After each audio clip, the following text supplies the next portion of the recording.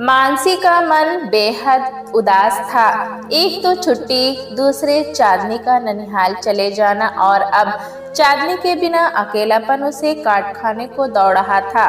मानसी का मन कई तरह की दुश्चिंताओं से भर जाता। सयानी होती बेटी, वो भी बिन बाप की, कहीं कुछ ऊंच नीच हो गया तो चांदनी की गैर मौजूदगी उसकी बेचैनी बढ़ा देती। कल ही तो गई थी चांदनी, तब से अब तक मानसी ने 10 बार फोन करके उसका हाल लिया होगा। चांदनी क्या कर रही है? अकेले कहीं मत निकलना, समय पर खा पी लेना, रात देर तक टीवी मत देखना। फोन पर नसीहत सुनते सुनते मानसी की माँ आज ही जा जाती। सुनो मानसी, तुम्हें इतना ही डर है तो ले जाओ अपनी बेटी को। हम क्या गैर हैं? मानसी को अपराध बोध होता। माँ के ही घर तो गई है, बिला वजह तिल का ताड़ बना रही हूँ। तभी उसकी नजर सुबह के अखबार पर पड़ी। भारत में तलाक की बढ़ती संख्या चिंताजनक। एक जज की इस टिप्पणी ने उसकी उदासी और बढ़ा दी। सचमुच घर एक स्त्री से बनता है। एक स्त्री बड़े जतन से एक एक तिनका जोड़कर नीड़ का निर्माण करती है। ऐसे में नियति उसे जब तहस नहस करती है तो कितनी अधिक पीड़ा पहुंचती है, इसका सहज अनुमान लगा पाना बहुत मुश्किल होता है। आज वो भी तो उसी स्थिति से गुजर रही है। तलाक अपने आप में भूचाल से कम नहीं होता, वो एक पूरी व्यवस्था को नष्ट कर देता है। पर क्या नई व्यवस्था बना पाना इतना आसान होता है? नहीं। जज की टिप्पणी निश्चय ही प्रासंगिक थी, पर मानसी भी क्या करती? उसके पास कोई दूसरा रास्ता ना था। पति घर का स्तंभ होता है और जब वो अपनी जिम्मेदारी से विमुख हो जाए तो अकेली औरत के लिए घर जोड़े रखना सहज नहीं होता। मानसी उस दुखद अतीत से जुड़ गई जिसे वो 10 साल पहले पीछे छोड़ आई थी। उसका अतीत उसके सामने साकार होने लगा और वो विचार सागर में डूब गई। उसकी सहकर्मी अचला ने उस दिन पहली बार मानसी की आंखों में गम का सागर लहराते देखा। हमेशा खिला रहने वाला मानसी का चेहरा मुरझाया हुआ था। कभी सास तो कभी पति को लेकर हजार झंझावतों के बीच अचला ने उसे कभी हारते हुए नहीं देखा था, पर आज वो कुछ अलग लगी। मानसी, सब ठीक तो है ना? लंच के वक्त उसकी सहेली अचला ने उसे कुरेदा। मानसी की सोनी आंखें शून्य में टिकी रहीं, फिर आंसुओं से लबरेज हो गई। मनोहर की नशे की लत बढ़ती ही जा रही है। कल रात उसने मेरी कलाई मोड़ी, इतना बताते बताते मानसी का कंठ रुक गया। गाल पर ये नीला निशान कैसा? अचला को कुतूहल हुआ। उसी की देन है। जैकेट उतार कर मेरे चेहरे पर दे मारी, जिससे लग गई। इतना जालिम है मानसी का पति मनोहर, ये अचला ने सपने में भी नहीं सोचा था। मानसी ने मनोहर से प्रेम विवाह किया था। दोनों का घर आसपास था, इसलिए अक्सर उन दोनों परिवारों का एक दूसरे से घर आना जाना था। एक रोज मनोहर मानसी के घर आया तो मानसी की माँ पूछ बैठी, कौन सी क्लास में पढ़ते हो? बीए फाइनल, मनोहर ने जवाब दिया था। आगे क्या इरादा है? ठेकेदारी करूंगा। मनोहर के इस जवाब पर मानसी हंस दी थी। हंस क्यों रही हो? मुझे ढेरों पैसे कमाने हैं, मनोहर सहजता से बोला। उधर मनोहर ने सचमुच ठेकेदारी का काम शुरू कर दिया था। इधर मानसी भी एक स्कूल में पढ़ाने लगी। 24 साल की मानसी के लिए अनेक रिश्ते देखने के बाद भी जब कोई लायक लड़का न मिला तो उसके पिता कुछ निराश हो गए। मानसी की जिंदगी में उसी दौरान एक लड़का राज आया।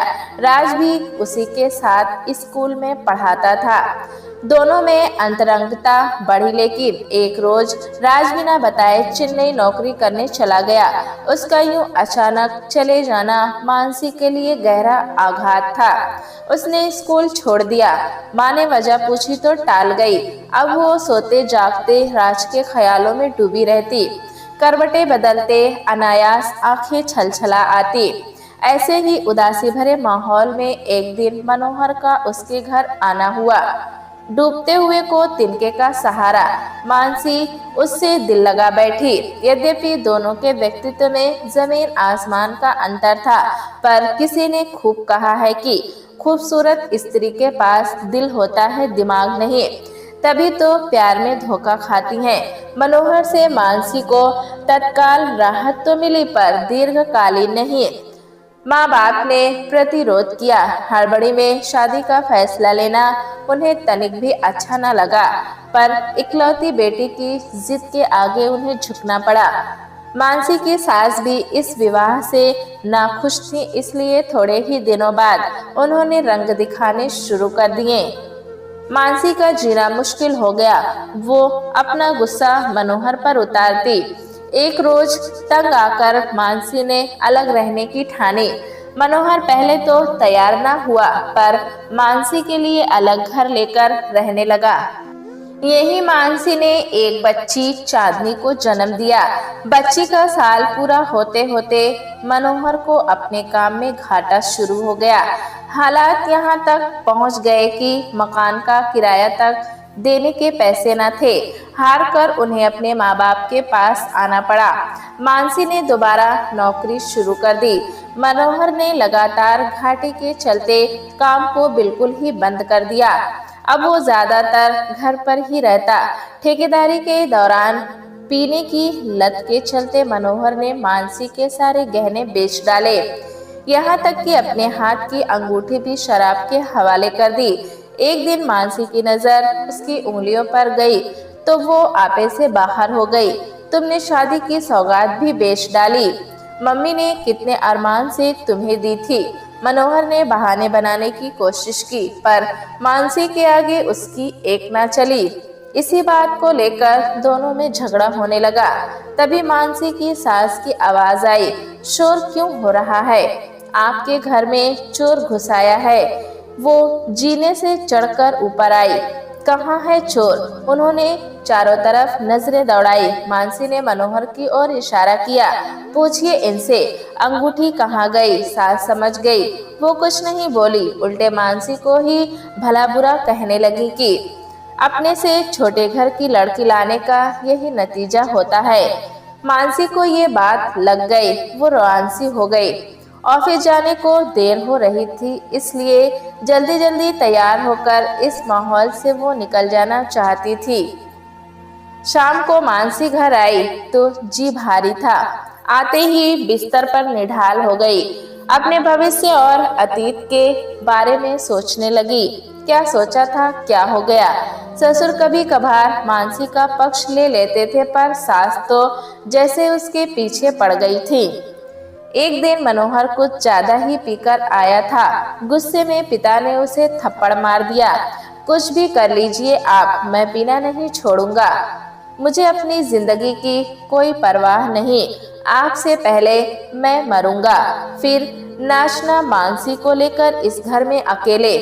शराब अधिक पीने से मनोहर के गुर्दे में सूजन आ गई थी।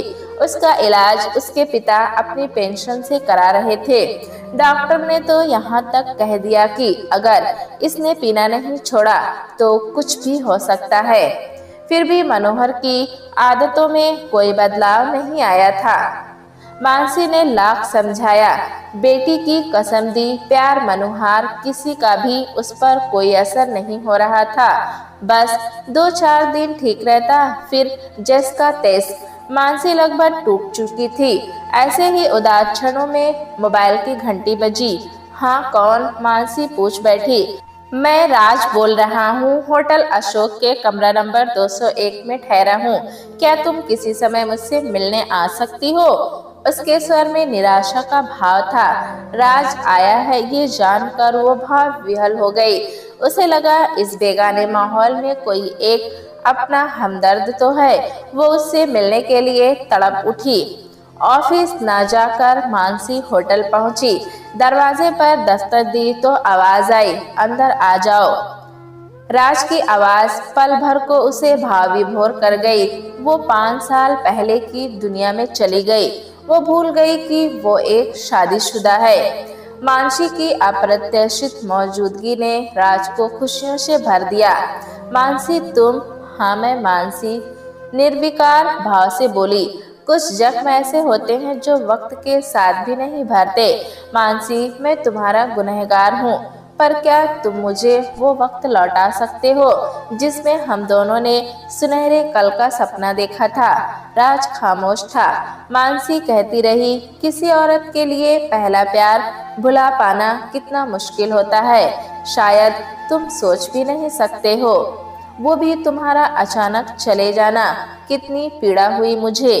क्या तुम्हें इसका रंच मात्र भी गिला है?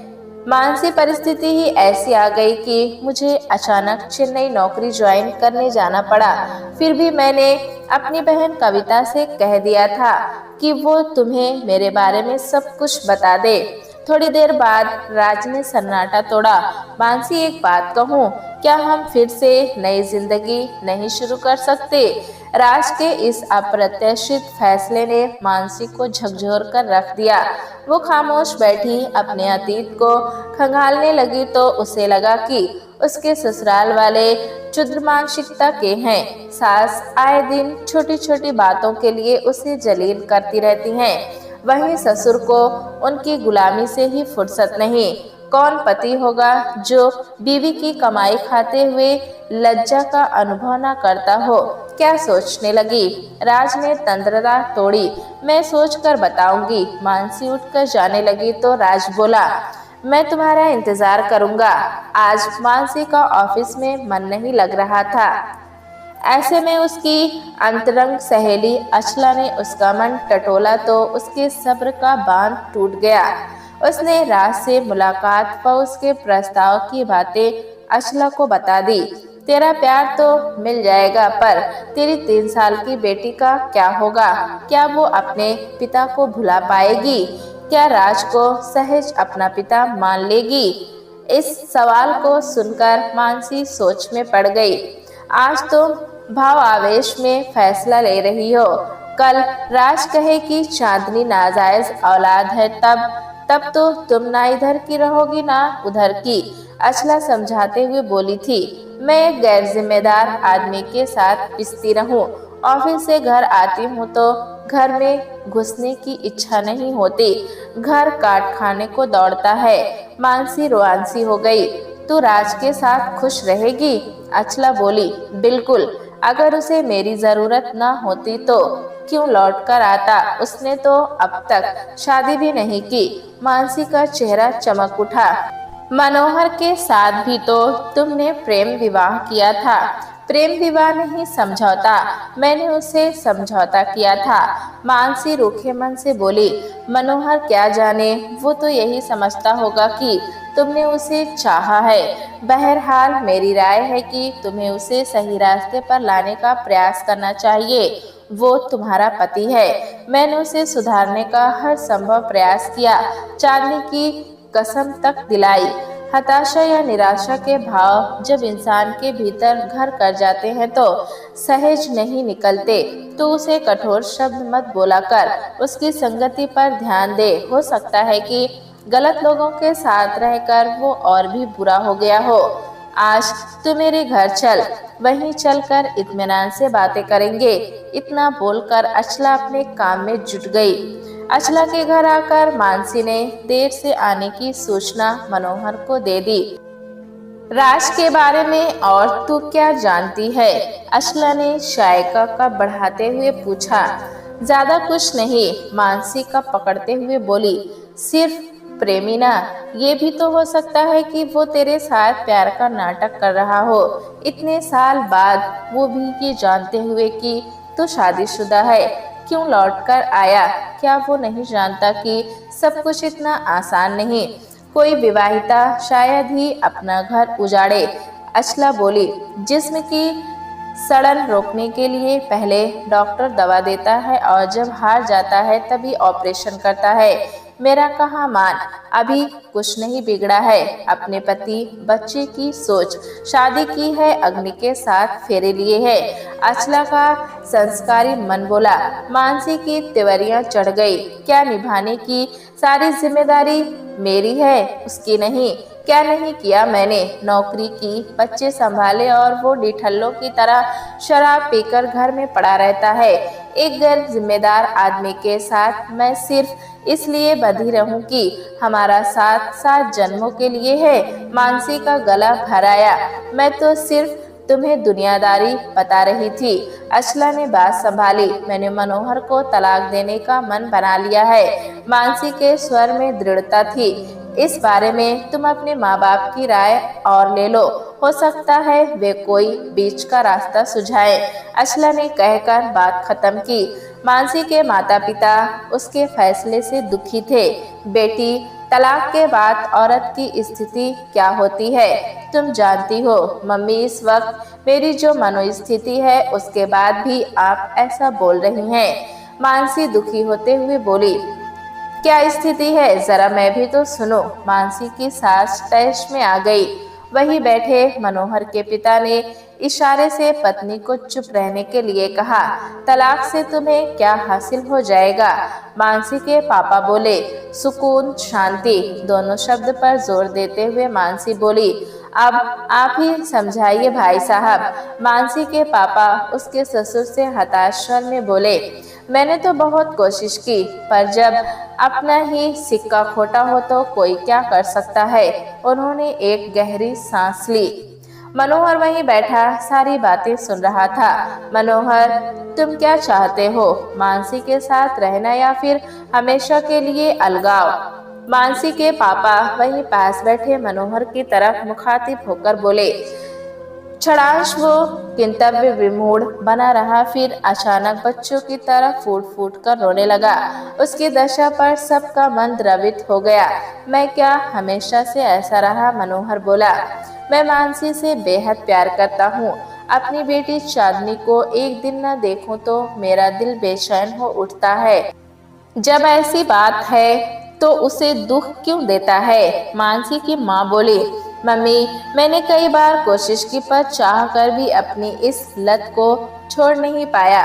मनोहर के इस कथन पर सब सोच में पड़ गए कि कहीं ना कहीं मनोहर के भीतर भी अपराध बोध था। यह जानकर सबको अच्छा लगा। मनोहर को अपने परिवार से लगाव था। यही एक रोशनी थी जिससे मनोहर को पुनः नया जीवन मिल सकता था। मानसी की माँ उसे एकांत में ले जाकर बोली, बेटी, मनोहर उतना बुरा नहीं है जितना तुम सोचती हो। आज उसकी जो हालत है सब नशे की वजह से है। नशा अच्छे अच्छों के विवेक को नष्ट कर देता है।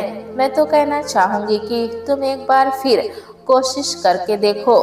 उसकी जितनी उपेक्षा करोगी वो उतना ही उग्र होगा। बेहतर यही होगा कि तुम उसे स्नेह दो, हो सके तो माँ जैसा अपनत्व दो। एक स्त्री में ही सारे गुण होते हैं। पत्नी को कभी कभी पति के लिए माँ भी बनना पड़ता है। मानसी पर माँ की बातों का प्रभाव पड़ा। इस बीच उसकी सास ने कुछ तेवर दिखाने चाहे तो मनोहर ने रोक दिया। आप हमारे बीच में मत बोलिए। क्या तुम शराब पीना छोड़ोगे? अपने पिता के ये पूछने पर मनोहर ने सिर झुका लिया। तुम्हारे गुर्दे में सूजन है, तुम्हें इलाज की सख्त जरूरत है। मैं तुम्हें दिल्ली किसी अच्छे डॉक्टर को दिखाऊं तो तुम मेरा सहयोग करोगे? वो आगे बोले। मनोहर मानसी की तरफ याचना भरी नजरों से देखकर बोला, बशर्ते मानसी भी मेरे साथ दिल्ली चलेगी, मेरे काम का हर्ज होगा।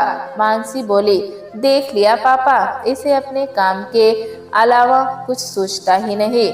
मनोहर अपने ससुर की तरफ मुखातिब होकर कुछ नाराज स्वर में बोला, बेटी, उसे तुम्हारा सानिध्य चाहिए। तुम पास रहोगी तो उसे बल मिलेगा।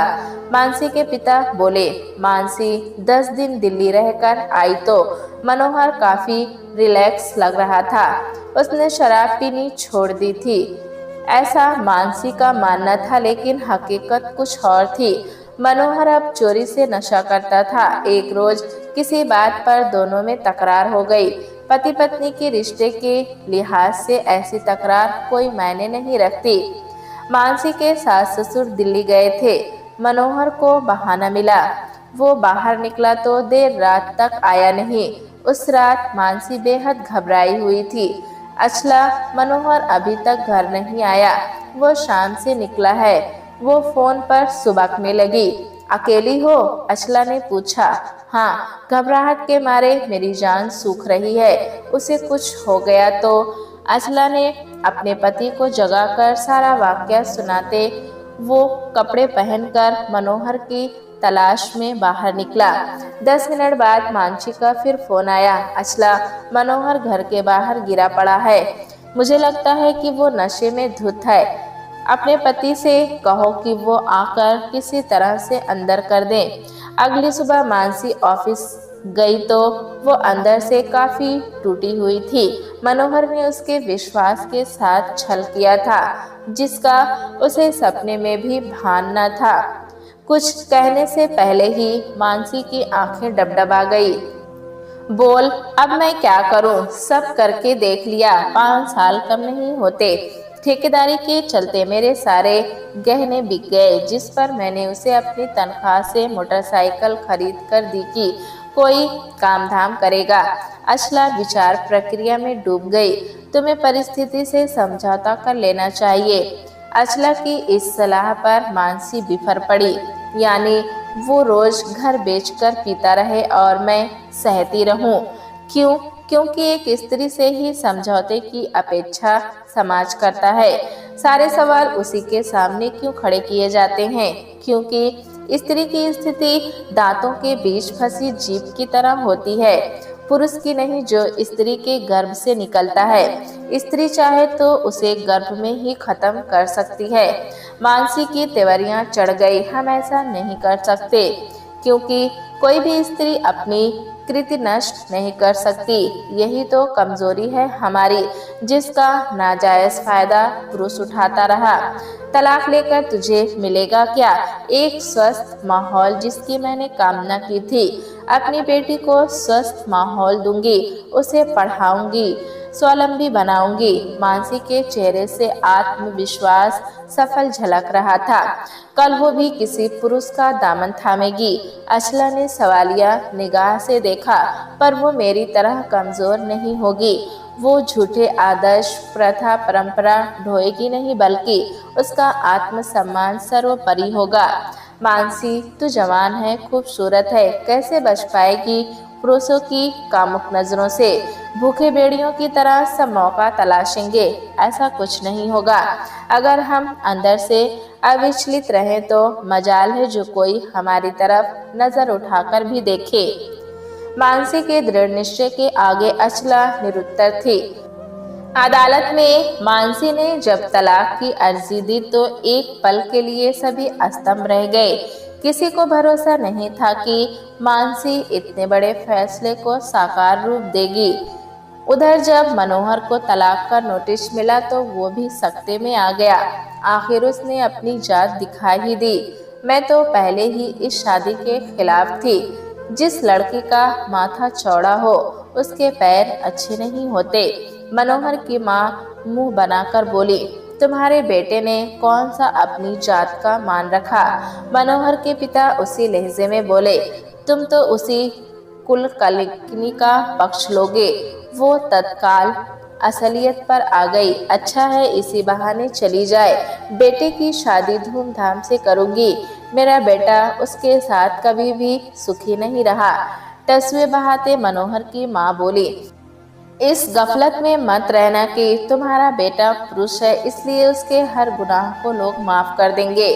मानसी पर उंगली उठेगी तो मनोहर भी अछूता नहीं रहेगा। मनोहर के पिता बोले, मैं ये सब नहीं मानती। बेटा खरा सोना होता है।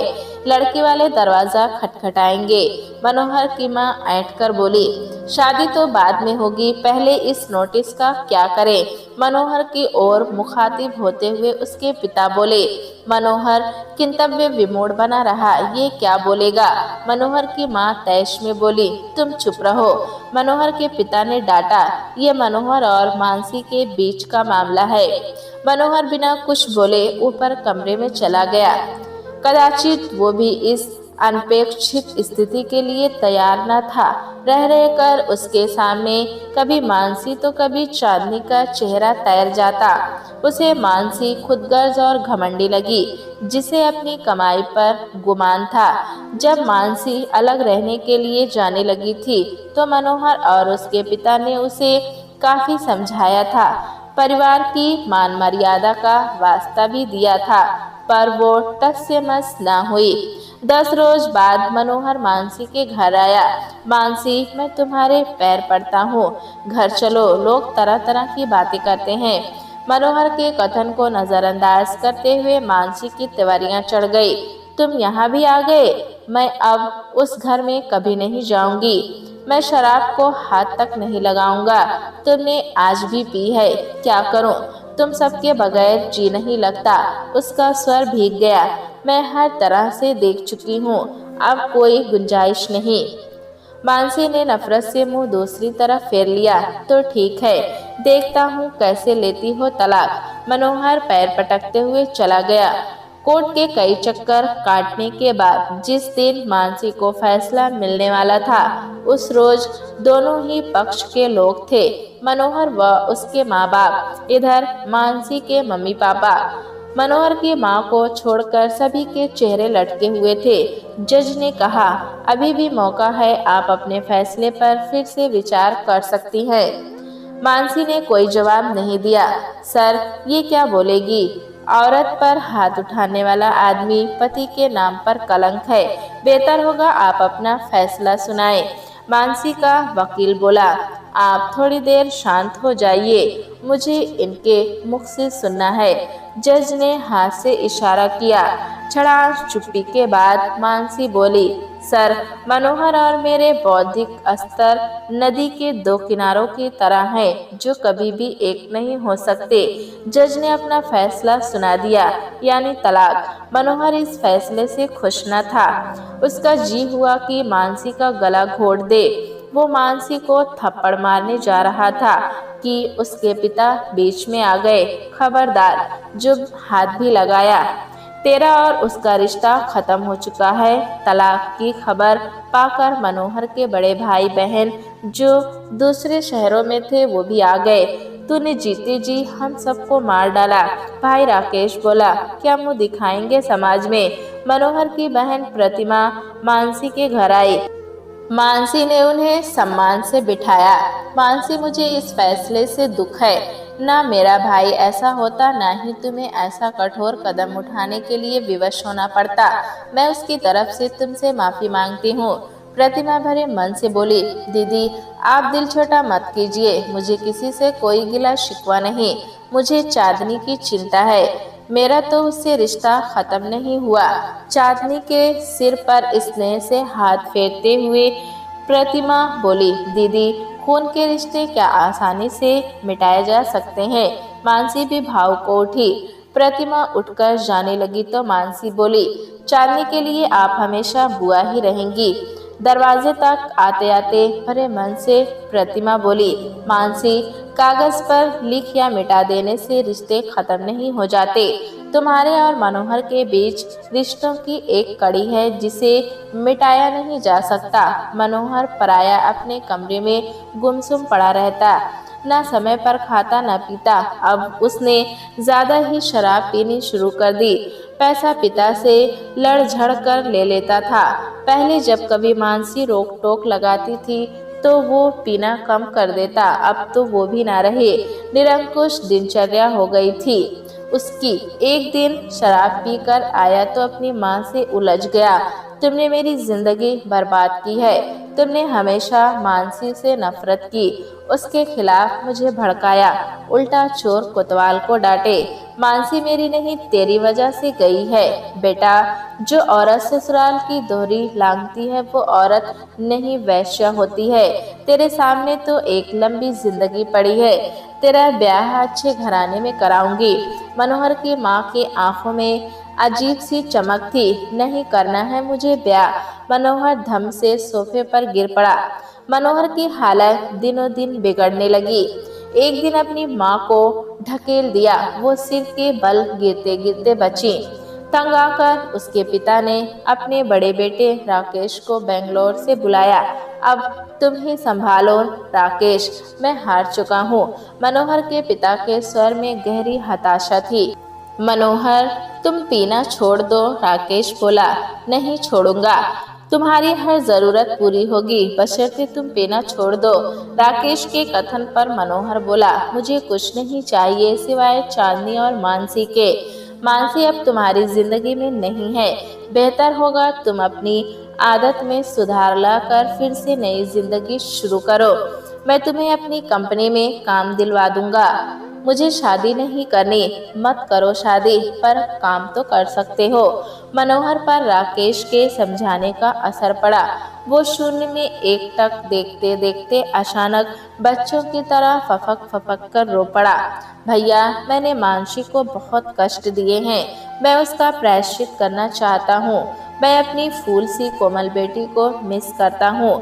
चांदनी अभी भी तुम्हारी बेटी है। जब कहो तुम्हें उससे मिलवा दूं, पर क्या? तुम्हें एक जिम्मेदार बाप बनना होगा। किस मुंह से चांदनी से मिलोगे? वो तुम्हें इस हालत में देखेगी तो क्या सोचेगी? राकेश कहता रहा, पहले अपने पैरों पर खड़े हो ताकि चांदनी भी गर्व से कह सके कि तुम उसके पिता हो। उस रोज मनोहर को आत्मचिंतन का मौका मिला। राकेश उसे बेंगलोर ले गया, उसका इलाज करवाया। जब वो सामान्य हो गया तो उसकी नौकरी का भी बंदोबस्त कर दिया। धीरे धीरे मनोहर अतीत के हादसों से उबरने लगा। उधर मानसी के ऑफिस के लोगों को पता चला कि उसका तलाक हो गया है तो सभी उस पर डोरे डालने लगे। एक दिन तो हद ही हो गई जब स्टॉफ के ही एक कर्मचारी नरेन ने उसके सामने शादी का प्रस्ताव रख दिया। नरेन कहने लगा, मैं तुम्हारी बेटी को अपने से भी ज्यादा प्यार दूंगा। मानसी चाहती तो नरेन को सबक सिखा सकती थी, पर वो कोई तमाशा खड़ा नहीं करना चाहती थी।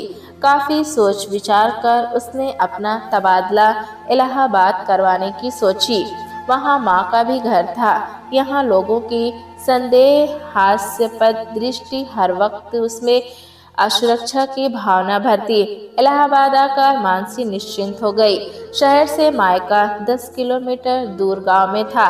मानसी का मन एक बार हुआ कि गांव से ही रोजाना आए जाए, पर भाई भाभी की बेरुखी के चलते कुछ कहते ना बना।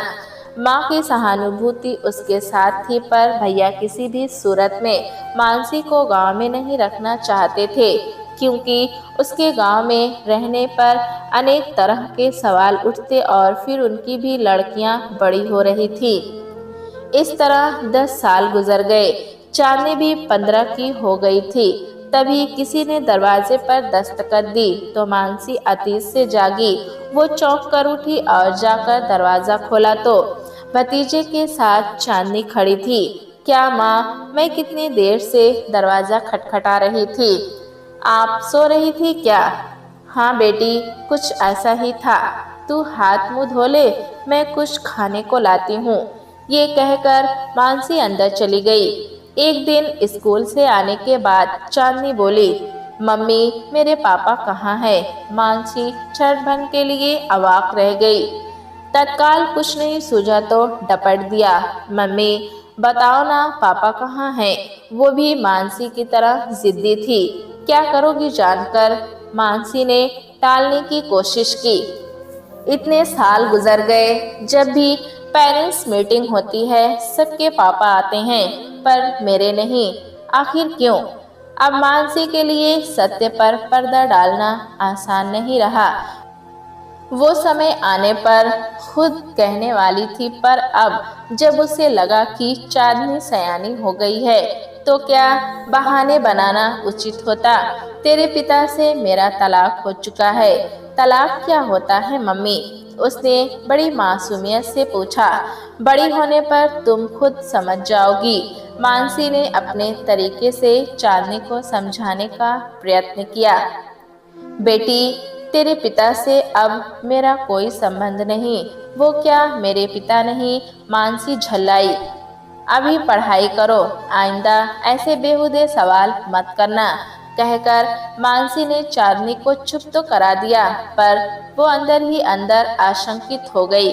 अनेक सवाल उसके जहन में उभरने लगे। चांदनी कल परिपक्व होगी, अपने पापा को जानने या मिलने के लिए अड़ गई तो कहीं मनोहर से मिलकर उसके मन में उसके प्रति मोह जागा तो कल को मनोहर ने उसके मन में मेरे खिलाफ जहर भर दिया तो कैसे देगी अपनी बेगुनाही का सबूत, कैसे जिएगी चांदनी के बगैर। मानसी जितना सोचती उसका दिल उतना ही डूबता। उसकी स्थिति परकटे परिंदे की तरह हो गई थी, न रोते बनता था और न ही हंसते। अचला को फोन किया तो वो बोली, तू व्यर्थ में परेशान होती है, वो जो जानना चाहती है उसे बता दे, कुछ मत छिपा। वैसे भी तू चाह कर भी कुछ छिपा नहीं पाएगी, बेहतर होगा धीरे धीरे बेटी को सब बता दे। मानसी एक रोज ऑफिस से घर आई तो देखा कि चांदनी के पास अपने नए नए कपड़ों का अंबार लगा था। चांदनी खुशी से चहक रही थी। ये सब क्या है? मानसी ने तनिक रंज होते हुए पूछा। पापा ने दिया है, हर अरे गहरे को तुम पापा बना लोगी। मानसी आपे से बाहर हो गई। मम्मी वो मेरे पापा ही थे। तभी मानसी की माँ कमरे में आ गई तो वो बोली, माँ सुन रही हो ये क्या कह रही है? ठीक ही तो कह रही है, मनोहर आया था। मानसी की माँ निर्लिप्त भाव से बोली, माँ आपने ही उसे मेरे घर का पता दिया होगा। मानसी बोली, हर जी क्या है, बेटी से बाप को मिला दिया। माँ तुमने ये क्या किया? मेरी वर्षों की तपस्या भंग कर दी। जिस मनोहर को मैंने त्याग दिया था उसे फिर से मेरी जिंदगी में लाकर तुमने मेरे साथ छल किया है। मानसी रुआंसी हो गई। माँ बाप अपनी औलाद के साथ छल कर ही नहीं सकते। मनोहर ने फोन करके सबसे पहले मुझसे इजाज़त ली।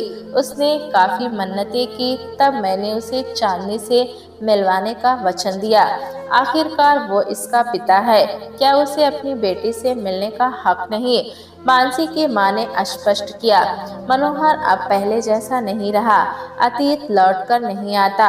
मैंने उसके बगैर खुद को तिल तिल कर जलाया। 10 साल कैसे काटे मैं ही जानती हूँ। चांदनी और मेरी इज्जत बची रहे उसके लिए कितनी रातें मैंने असुरक्षा के माहौल में काटी। आज भी तुम क्या सुरक्षित हो? खैर छोड़ो इन बातों को। चांदनी से मिलने आया था, मिला और चला गया। मानसी की माँ बोली, कल फिर आया तो तुम क्या उसको मना कर दोगी? तनिक रंज होकर मानसी की माँ बोली, अगर चांदनी ने जिद की तो क्या तुम उसे बात कर सकोगी? माँ के इस कथन पर मानसी गहरे सोच में पड़ गई। सयानी होती बेटी को क्या वो बांध सकेगी? सोचते सोचते उसके हाथ पांव ढीले पड़ गए। लगा जैसे जिस्म का सारा खून निचोड़ दिया गया हो। वो बेजान बिस्तर पर पड़कर सुबकने लगी। मानसी की माँ ने संभाला। अगले दिन मानसी हरारत के चलते ऑफिस नहीं गई। चांदनी भी घर पर ही रही। मम्मी पापा के बीच चलने वाले द्वंद्व को लेकर वो पशुपेश में थी। आखिर सबके पापा अपने बच्चों के साथ रहते हैं, फिर उसके पास रहने में मम्मी को क्या दिक्कत हो रही है? ये सवाल बार बार उसके जहन में कौंधता रहा। मानसी ने सफाई में जो कुछ कहा उससे चांदनी संतुष्ट न थी। एक रोज स्कूल से चांदनी घर आई तो रोने लगी। मानसी ने पूछा तो सिसकते हुए बोली, कंचन कह रही थी कि उसकी माँ तलाकशुदा है। तलाकशुदा औरतें अच्छी नहीं होती। मानसी का जी धक से रह गया। परिस्थितियों से हार न मानने वाली मानसी के लिए बच्चों के बीच होने वाली सामाजिक निंदा को बर्दाश्त कर पाना असह्य था। इंसान यही हारता है। उत्तेजित होने की जगह मानसी ने प्यार से चांदनी के सिर पर हाथ फेरा और बोली, तुझे क्या लगता है कि तेरी माँ सचमुच गंदी है? फिर पापा हमारे साथ रहते क्यों नहीं? तुम्हारे पापा और मेरे बीच अब कोई संबंध नहीं है। मानसी अब कुछ छिपाने की मुद्रा में ना थी।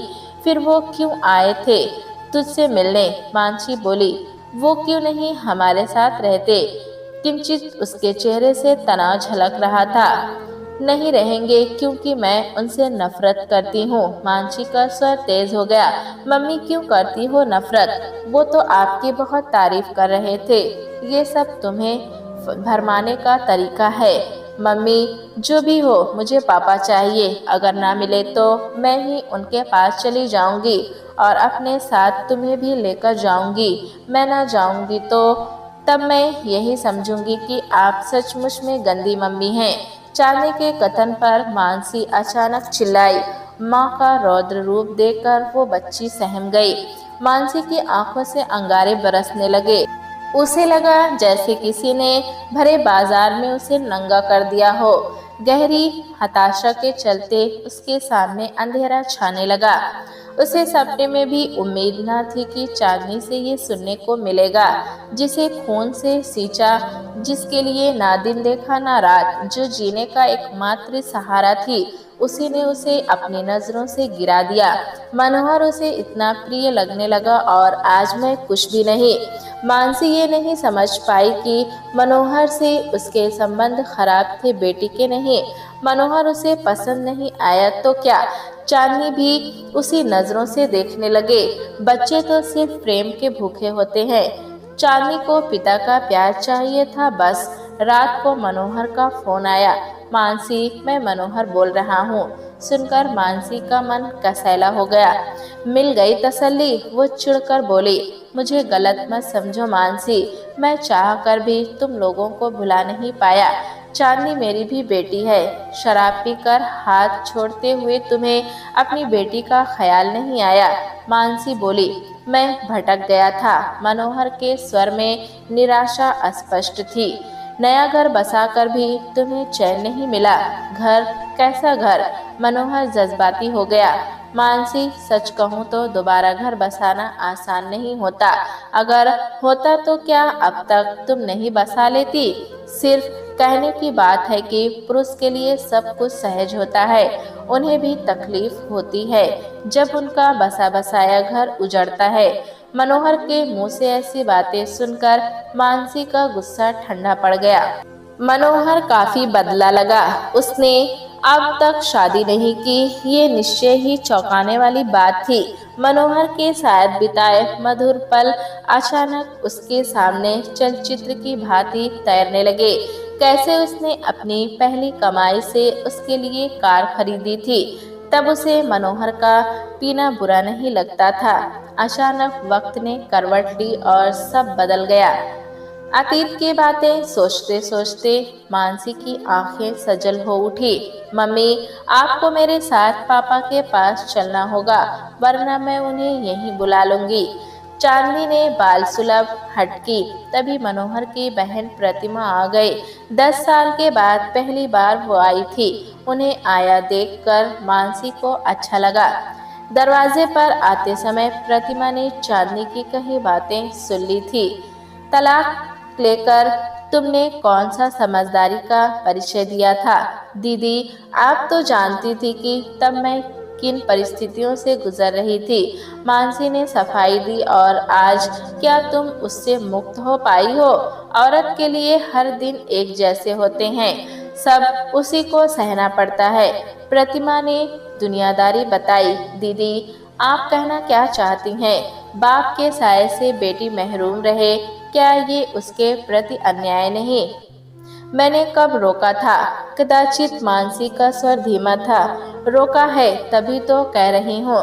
10 साल मनोहर ने अकेलेपन की पीड़ा कैसे झेली ये मुझसे ज्यादा तुम नहीं जान सकती।